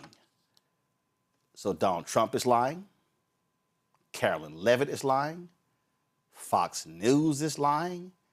They're all are lying. L-Y-I-N-G. They are lying. All right, folks, got to go to a break. We come back. Black Star Network headlines. We're going to talk about this NFL player who could have his charges dropped if he goes to counseling, or ram in the car of his former girlfriend. I got to talk about that. Don't forget, y'all, huge show tomorrow. Tell everybody what's going on tomorrow. Massive show. Iyanla Van Zant will be in studio here at the Black Star Network. Black women, black men, and domestic violence. 2-hour conversation, and we're taking your phone calls tomorrow.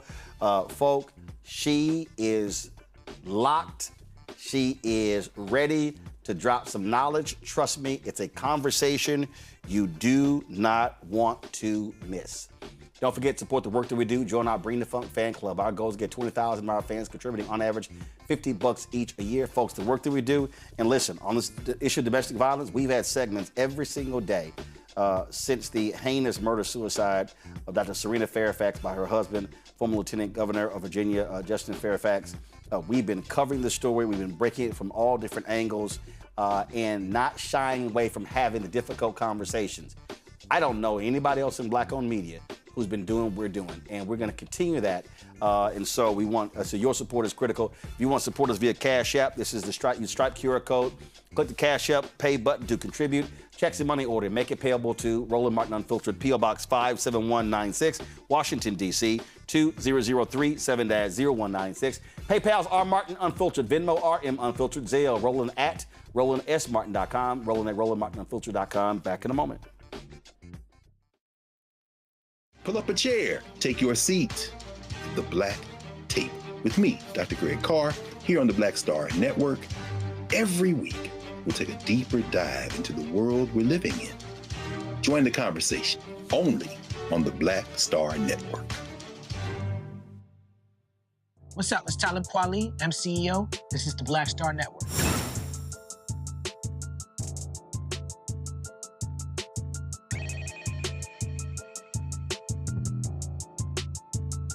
Folks, time for Black Star Network headlines with Brittany Noble. Iran has proposed to lift its restrictions on the Strait of Hormuz in exchange for the United States ending its blockade on the country and concluding the war. According to this proposal, discussions regarding Iran's nuclear program would take place later. But President Donald Trump seems unlikely to accept this offer. Currently, a fragile ceasefire maintains a standoff between the U.S. and Iran over the Strait of Hormuz, the narrow entrance to the Persian Gulf, and a crucial passage for about 1/5 of all traded oil and natural gas. Iran has limited movement through the strait, while the United States has imposed a blockade on Iranian ports. During a visit to Moscow, Iran's top diplomat stated that American leaders are interested in negotiating because they've achieved none of their goals in the war. And in Louisiana, a controversial bill that could potentially force individuals experiencing homelessness into unpaid labor is advancing through the legislative process. House Bill 211 aims to make it illegal to camp on public property, specifically targeting those with nowhere else to go. If the bill is signed into law, individuals caught camping for the first time could face a $500 fine or up to 6 months in jail. For repeat offenses, penalties could increase up to 2 years in jail with or without requirement of unpaid labor. The bill also authorizes courts to require unpaid work from those who could not afford treatment programs. While supporters argue that the bill enhances public safety, critics contend that it criminalizes poverty. The bill has successfully passed the House and is now headed to the Senate. A man has pleaded guilty to the 2002 killing of rap pioneer Jam Master Jay, born Jason Mizell of Run DMC, in a New York federal court. 52-year-old Jay Bryant admitted that he assaulted others in entering a building to ambush the DJ in his Queens recording studio.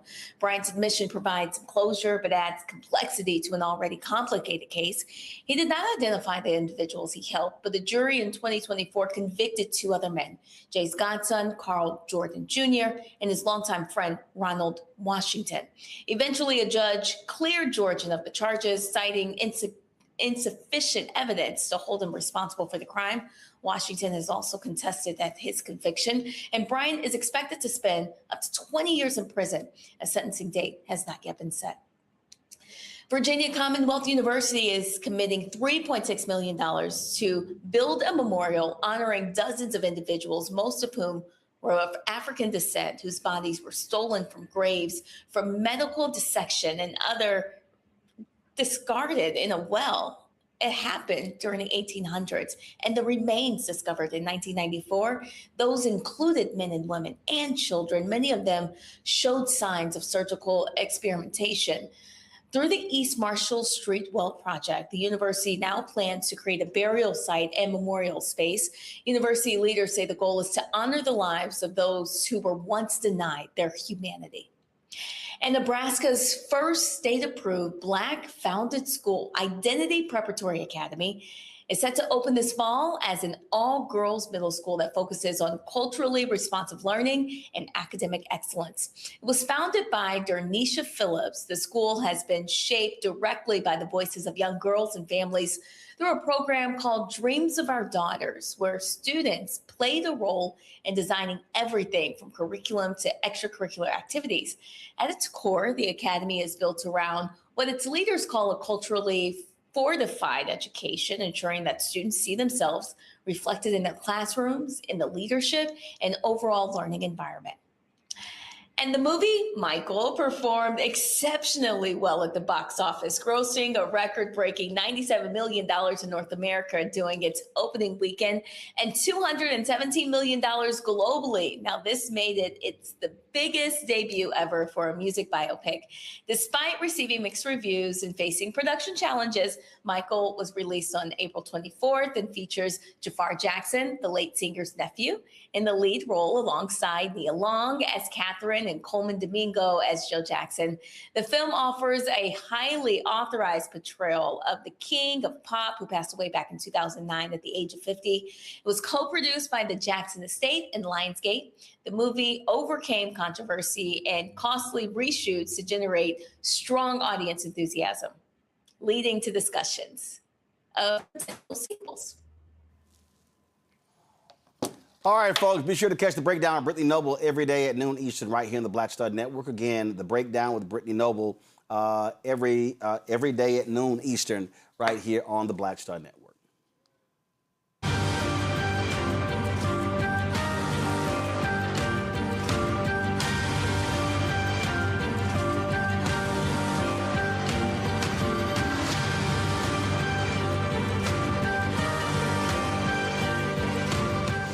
So for more than a week, we've talked about domestic violence. We've laid out numerous stories where Black women have been killed by husbands, partners, boyfriends, or in the case of children. Other cases we've talked about where women have been violently beaten. What happens, though, before violence takes place, when an individual is showing predatory behavior? Well, that's the case of the Atlanta Falcons defender James Pierce. Now, remember the story where he was arrested for ramming the car of his ex-girlfriend, Rakia Jackson. And even as she was heading to a police station. Well, NBC News, this reported late last week, he is going to avoid, come on, go to my iPad, he's going to avoid jail time over the domestic violence charges. Now, here's the deal. According to this story here, This is a quote from one of his attorneys. Mr. Pierce Jr. will be entering a 6-month diversion program. Upon completion of the 6 months without violation, the state will dismiss all felony and misdemeanor charges. Now, this deal was brokered and supported by not just by the officers on the scene, the DA's office, in addition to Rekia Jackson. Now, you might remember, the story here says, according to the police account, Jackson told authorities she attempted to drive away from Pierce and was driving toward the Doral police station to seek help when Pierce, quote, intentionally collided into the rear of her vehicle with his SUV before police arrived. Pierce allegedly refused an initial order from police to get on the floor. According to the details of the arrest in an affidavit, the police account said Pierce then drove away and hit a police officer's left knee with his vehicle intentionally in an attempt to evade arrest. Now, the judge accepted this plea deal, and they said that he did not have a history of violence. But clearly, these are the type of actions that take place before somebody commits domestic violence. Thelma, I want to start with you because, you know, when I talked about mental health and domestic violence, a lot of people were pushing back, criticizing me by saying I was wrong. We brought on experts who said, no, mental health is a part of this. And so you prosecuted domestic violence cases. Last week, we had a judge on from Dallas County, as well as former state's attorney Marilyn Mosby from Baltimore. And he's getting a 6-month diversion program. That diversion program includes counseling, includes therapy. Again, that's tied to mental health. And this was the point that I was making, that when we're talking about, as one of our guests said, murder, suicide, or murder is at the end of the spectrum. You have murder, then you have beatings. And so my position has always been, we've got to get to these men before they commit any act of violence. And so if we're able to deal with them on the front end, to get that counseling, to get that intervention, to get all of those different things, then we can potentially avert a woman being physically harmed or being murdered. Absolutely. And my experience as a former prosecutor, especially not only as a misdemeanor family violence prosecutor, but as a felony prosecutor that handled dead body felony family violence cases. When I'm looking at this particular situation here, this is a textbook setup for someone that has the capabilities to unaliving someone in their capacity. I don't know what kind of conversations the judge, the prosecutor, and the police all had behind the scenes in order to come up with such a ridiculous disposition when this individual utilized his vehicle, which is a dangerous weapon, to ram it into his then girlfriend's vehicle who was attempting to get help. That is not an individual you give a slap on the wrist just because of their proximity to stardom. And that's what it looks like. You have an individual who is a NFL star. If you put them against an individual that's a regular 9-to-5, the 9-to-5 is going to get treated totally different because he doesn't have the access, the proximity, and the ability to influence with money. This is giving me influence. I've seen it, I've lived it, and it has pissed me off because we have real victims that could be in lay of what this individual is not getting. 6 months? That is not enough time for an individual that has done this. But when you look at it from the entire landscape, yes, the goal is to get them help if they get in this position. But if we can get to them beforehand, because this person has signs, they don't just wake up one day and go and ram a deadly weapon into another person's car. This person had signs before and nobody showed up to tell this individual, you need help. But now we get to see it from the landscape of the criminal justice system. And this is where the criminal justice system sometimes falls short. You, as a victim, as soon as you call the police, you no longer have the ability to dismiss.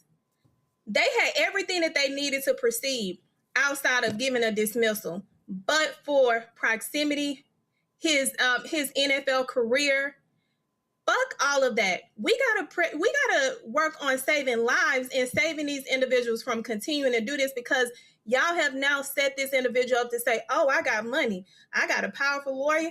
They can go talk to the judge. The judge can go and talk to the DA. The DA can go and talk to the police, and we can all get this dismissed. Right. That is a dangerous rhetoric. So this is the ESPN story. This decision allows him to avoid trial on felony charges of aggravated battery with a deadly weapon, fleeing police, and resisting arrest, along with misdemeanor stalking. That's a whole lot going there, Omekongo. Per this deal, he must stay away from his ex-girlfriend, Rekia Jackson, participate in therapy as part of the stipulation of the 6-month intervention program, which is run by an outside third party. And the story says Florida law allows for the police officers and the victim, Jackson in this case, to be consulted before the deal is finalized. Assistant State Attorney Andres Perez, the prosecutor, conferred with Jackson and law enforcement officers, and all parties consented that pretrial intervention was the best way forward, per State Attorney spokesperson Ed Griffith. Perez considered that Pierce was a first-time offender without history of violence. No one was hurt, and, quote, it appears that this incident was born out of a mental health crisis. It says Pierce's attorney showed Perez steps immediately taken by Pierce after the arrest to address the mental health concerns. Griffith said Pierce will have to continue this treatment plan and submit to random drug testing, while also complying with the NFL's drug testing protocol. Any failed or missed tests will result in Pierce's revocation from the pretrial intervention program, and Pierce must write a letter of apology to law enforcement officers, Griffith said. I think, Omekongo, I absolutely agree with Thelma. 6 months is not long enough. I don't believe, if you say you have a mental health crisis, or whatever you want to frame this, and this is the thing that I have been saying, because we have to step in to keep someone from going to the next step. But when you choose to chase down your girlfriend or ex-girlfriend and ram their car at a police station, and then, as I said, then you try to escape, we have to recognize 6 months is not long enough. And the reality is, by him having to adhere to this, it keeps him from facing felony charges. That's the thing hanging over his head.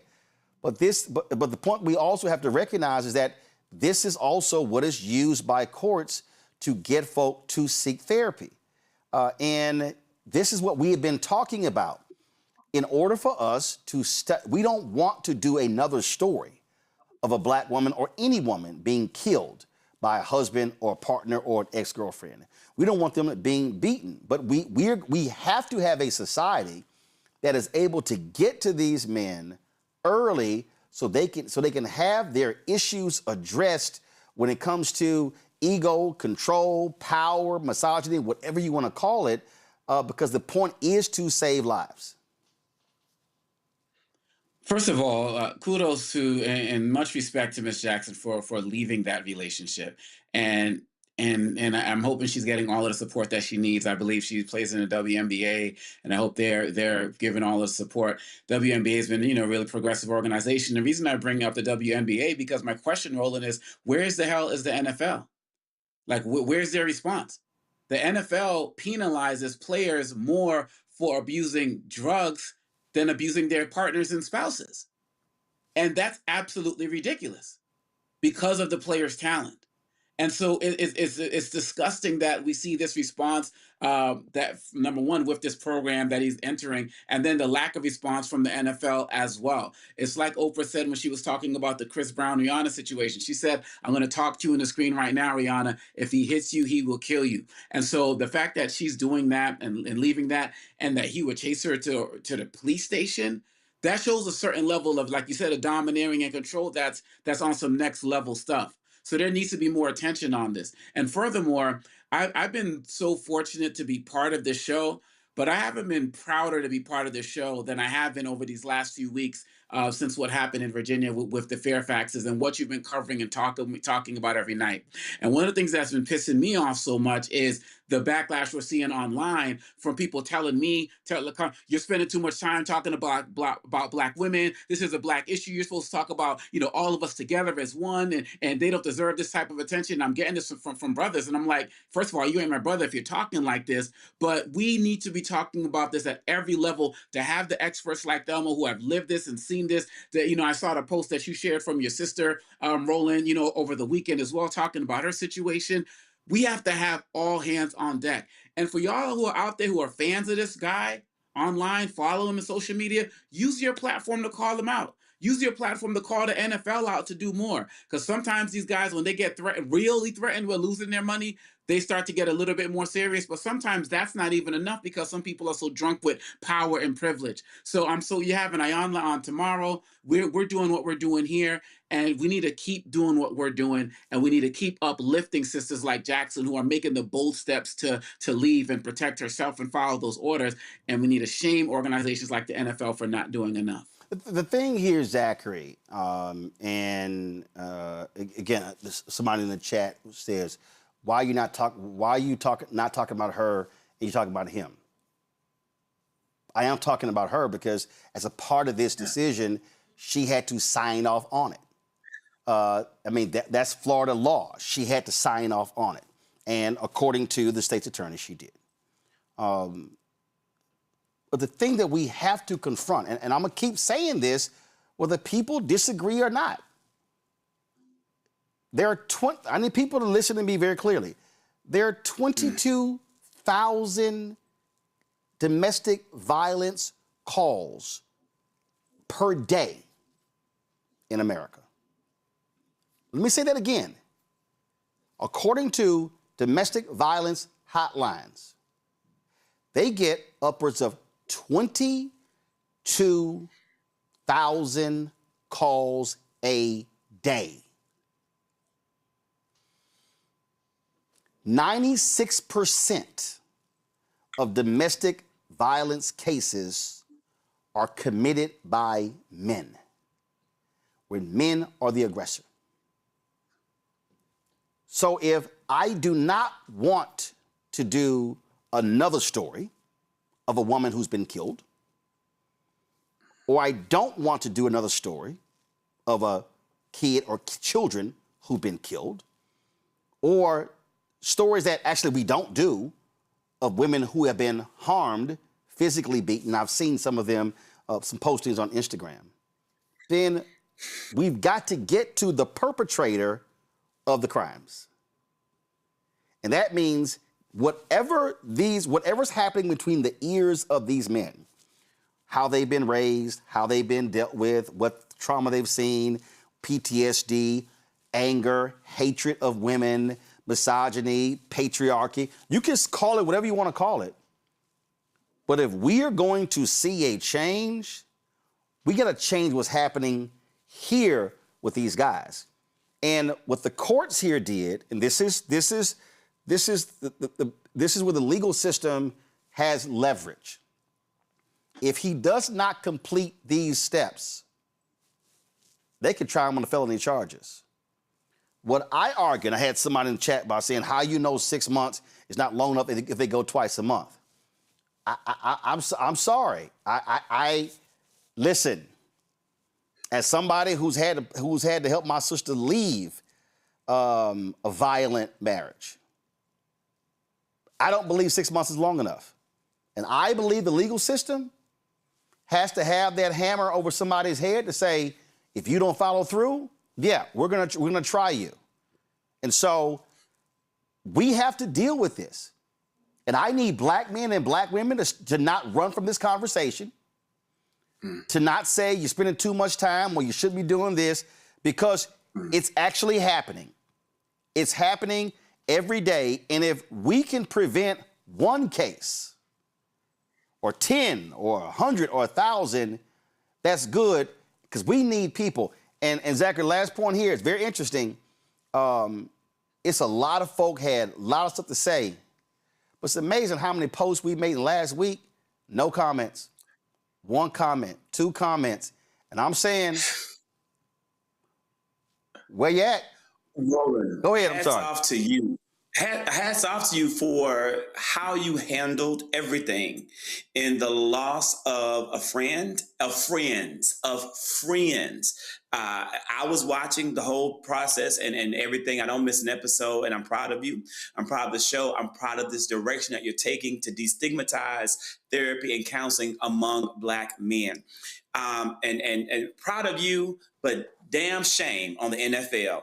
And you talk, this is an Atlanta Falcons player. I'm in Georgia. I've been in Atlanta for a long time. And it's really fucked up that the NFL would do more about beating dogs and Michael Vick than they would do about the lives of Black women that are being lost. That's true. So damn the NFL. That's shame true. on the NFL for that and for what they're doing. And when you talk about the violence against Black women and how this is a crisis and what's happening, Black women are 6 times more likely to be murdered than their white counterparts. Black women make up just 14% of our population, but account for over 30% of all women who are killed by men.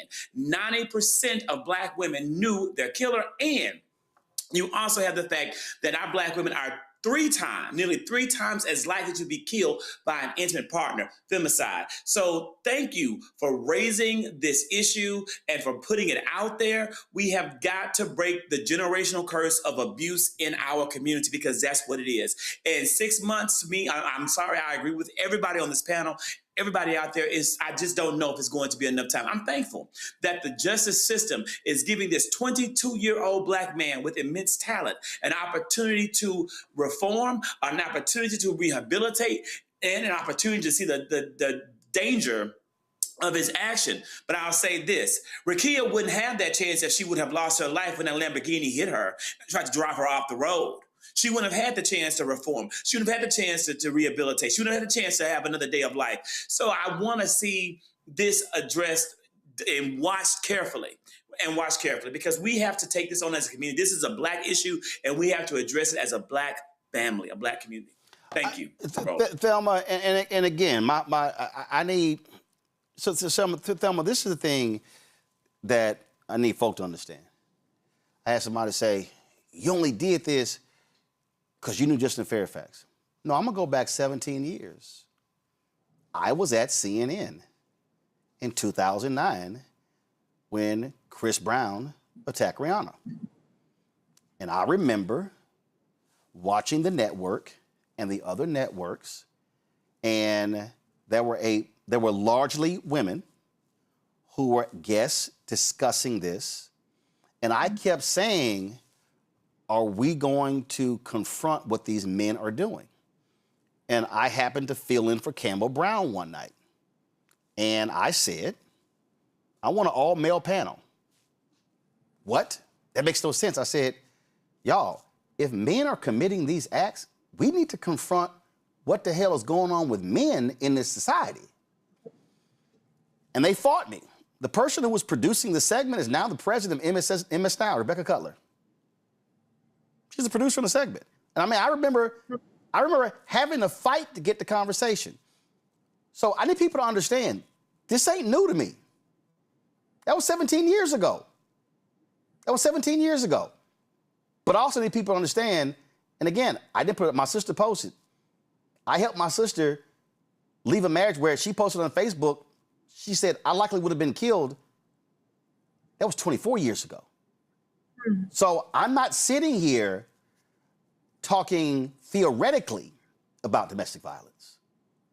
I'm also talking as somebody, as a brother, who had to deal with her and her 2 children and helping them rebuild their lives in therapy over a course of 20 years. And even to this day, you're still dealing with the remnants of that. So what happened in Virginia is not why. I looked at the Florida case. I looked at the Zanzibar case, the Cook County case, that case. And then, of course, Shreveport 3 days later. And then another case in Richmond. And then a female pastor in another place. And I'm sitting there going, if we don't start talking about it now, you know what we're going to end up doing, Thelma? Just doing another story and another murder and another murder and another murder, at some point, we've got to be willing to have a conversation. And also, I need our people to understand we got to stop sitting here saying black men get therapy, but then we bring on black therapists. Then folks get mad we bringing on black therapists. Well, I'm like, well, who the hell do you think they're gonna go to? So I mean, so this is a real complex issue. It is not a simple issue that we have to be willing to hit all angles in order to confront. And before I go to you, tonight, while we were live, Black Women's Roundtable, they had a town hall called Beyond the Headlines, the Crisis Facing Black Women. I think they live streamed this. And so if they did, we're going to get that stream and we're going to restream it. And so Melanie Campbell sent me this, and I appreciate them sending me this. And so we're going to try to get that. Now, as I said, y'all can pull up the graphic. Iyanla is going to be here tomorrow. Go ahead and pull that up. We're going to have her for 2 hours tomorrow, taking phone calls, talking about this issue, and she's ready to do so. Now, for all y'all, again, it's a lot of people, Thelma, who are talking and who are posting and who are expressing anger and resentment, and they're weighing in. But we're not just sitting here just doing that. Dr. Kevin Washington, who was on the show Thursday before last, well, he happened to be in Shreveport the week before that shooting took place. The day of that shooting, he said, I'm going back. On Thursday and Friday, he's putting together 2 days of conversations. It's called Black Men's Health Forum at Southern University at Shreveport, taking place from 5 to 7 at the Alphonse Jackson Building Auditorium. Inspired by his book, Get Up, Stand Up, Ubuntu, and Elevating the War Spirit in Black Men. You see that it says IPV, community gun violence, health and wellness, psycho-emotional integrity. We will be live streaming that as well. That's taking place on Thursday. Also taking place on Thursday, Reverend Joshua Dubois is putting together what he called his We Are Values, the Dad Games, calling all dads, National Dads Check-In Zoom call. That's taking place on Thursday at 7 p.m. Eastern. You see right there, register at bit.ly/dadgamescall.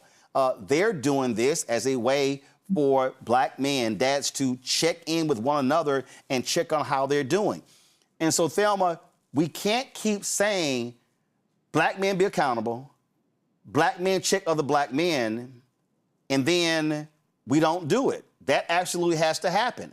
And so this, for me, this ain't black men versus black women versus black men arguing back and forth. Our goal is simple. We can't say Black Lives Matter if we're only talking about the police. Black Lives Matter even when black women are losing their lives at the hands of black men. So I don't want to see another sister murdered. I don't want to see a sister beaten. I don't want to see a sister verbally abused. This has to be all hands on deck for our community, no matter what institution, what organization, what income level.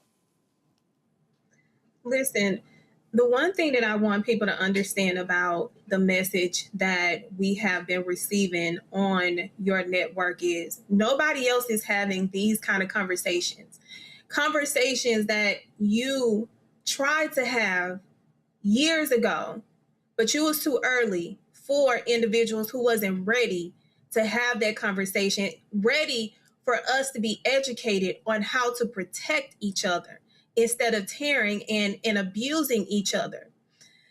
When I saw the outrage, the one thing that I had to tell people on my platform, when you are looking at the dynamic from just one post or just from a snippet of a person's life, you do not get to dictate how somebody shows up and supports someone that has done something wrong, because at the end of the day, they still had a life that they lived and had impact on individuals prior to their wrongdoing. I saw it every day. No matter how bad the crime was, people still had people that show up and support them. And guess what? You don't get to dictate it. Just like individuals want to dictate how we have conversations about something that is so volatile to our community, instead of us having argumentative conversations, what are your solutions? That's the only thing that I've been asking individuals who have a problem with the conversation that we are having, especially surrounding DV in the African American community. How are we going to have conversations if you cannot bring a solution other than getting online and rage baiting? That takes away from what we are trying to do in order not only to influence individuals who can see it and say, hey, that may be me that they're talking about. But if you want to drown it out with your rage instead of taking that rage and going to get yourself some help so that you can redirect that so we can provide powerful solutions, not only for now, but for generations to come, because that's who's looking at us. They're looking at us at this moment to see how we are responding when we are talking about losing lives. Not only losing lives, but we have kids that have to suffer now. We have kids that have to grow up without parents. When we can have these conversations, set up resources, solutions, support each other, and have those conversations, because at the end of the day, you got to think, was this person comfortable enough to be vulnerable? How do we talk about making sure individuals are in a safe space to tell us what's going on up here so that we can go and help them here? That is going to then trickle down to their nervous system in order for it to engage up here. It's a whole cycle, and we can't do that with the negative rhetoric that is going on, especially from my Black sisters. We cannot have that if we are saving lives. Folks, again, Thursday, we will be live in Shreveport, Louisiana. That is where that brother shot and killed 8 children, shot 2 Black women, both survived, but they are going to be facing physical issues, mental issues, psychological issues for a very long time as a result of that. And in fact, when I was talking to Gary Chambers told me that Louisiana is number 2 in the country in domestic homicides. Number 2 in the country. So our aim is, Dr. Kevin Washington, he put this together. He hit me up. I said, hey, we can come down and broadcast this because we've got to use mass media to reach as many people as possible. Upwards of 3,000 people are watching us right now. I would hope more than 3,000 people are going to show up on Thursday and Friday, but probably not. So if somebody's being helped, this is what it's all about. One of the things we're also going to do is I'm going to get with Dr. Monique Swift Muhammad with the Association of Black Psychologists, and you have your National Medical Association, and we're going to get with them and get the links if you're looking for Black experts, if you're looking for Black psychologists, Black psychiatrists, Black domestic violence therapists, licensed counselors, you don't know where to look. We want to be able to create that or have the links, put it on blackstarnetwork.com, you can find it.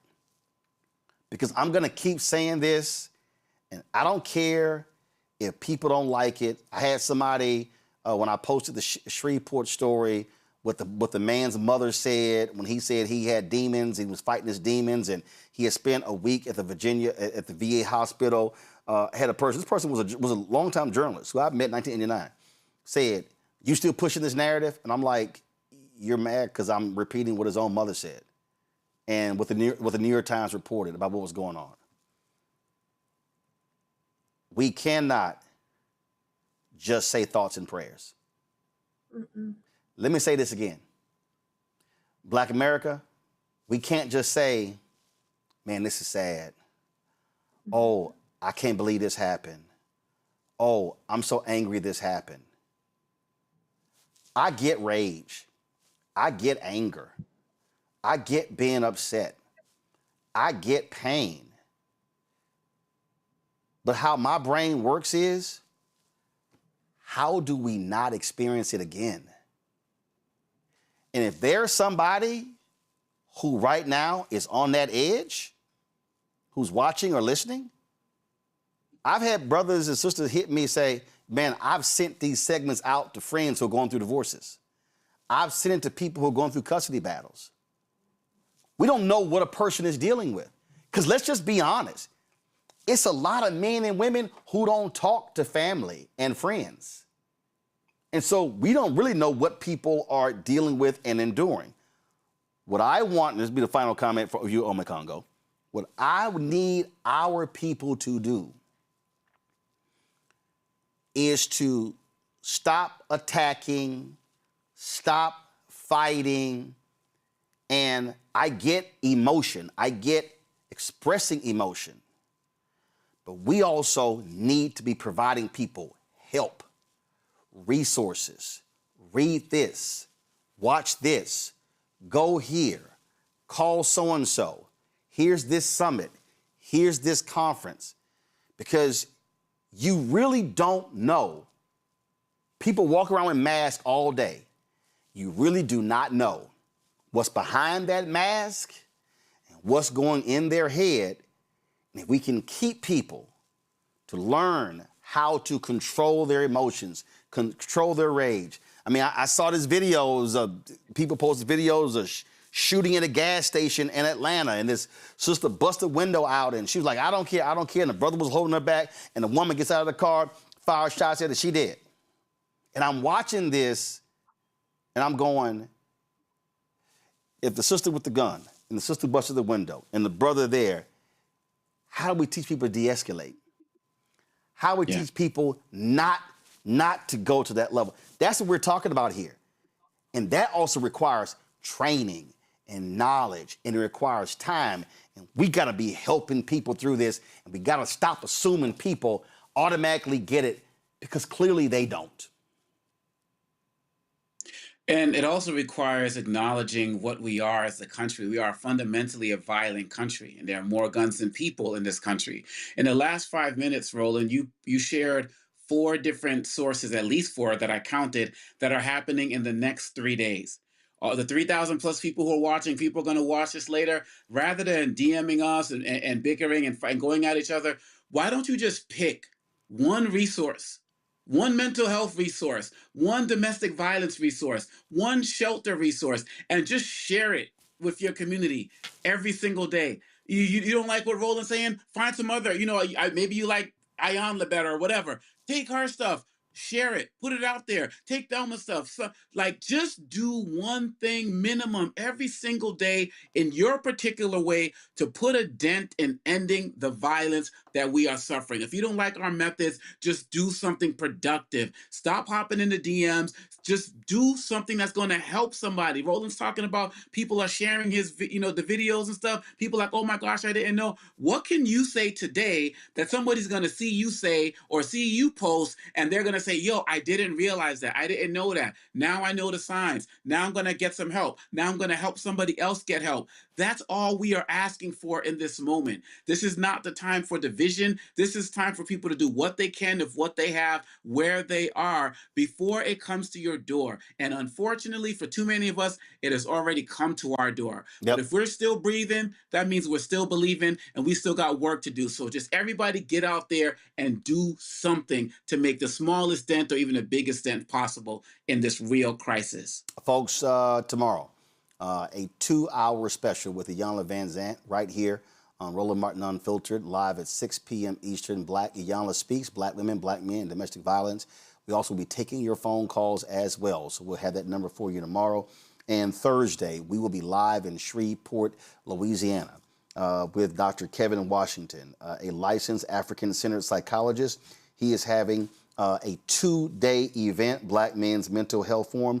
It's taking place on Thursday. They have stuff happening on Friday as well. We will broadcast from Southern University at Shreveport on Thursday of this event as well.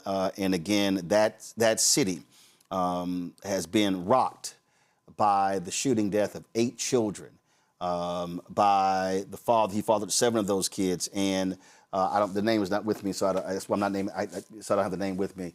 But then, of course, 2 sisters shot as well. They've survived, but still a horrific tragedy. That city is hurting. And Dr. Kevin Washington said he wanted to return to offer some help to try to prevent it from happening again and again. Louisiana is number 2 in the country in domestic homicides.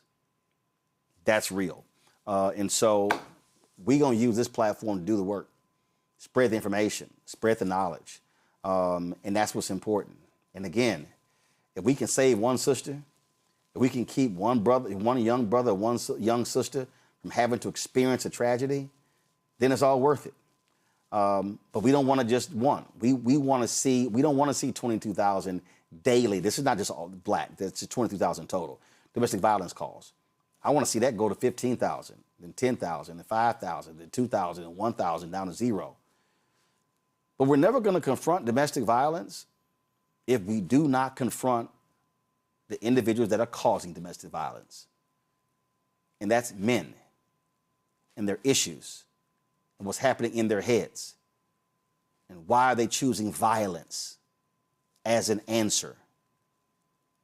Beating and killing a partner, your mama, your sister, your aunt, your cousin, your niece, that is not an answer. Killing and beating them, killing children, that is not an answer. So if we want to stop domestic violence, we're going to have to deal with these men who are committing the heinous acts. And yes, brothers, there are cases where women commit domestic violence, but 96% of all cases of domestic violence are men. And we better focus on that as well. We can still center the sisters. We can get them help. We can tell them how we provide resources. But we need to deal with these people who are causing the problem and the pain and the agony.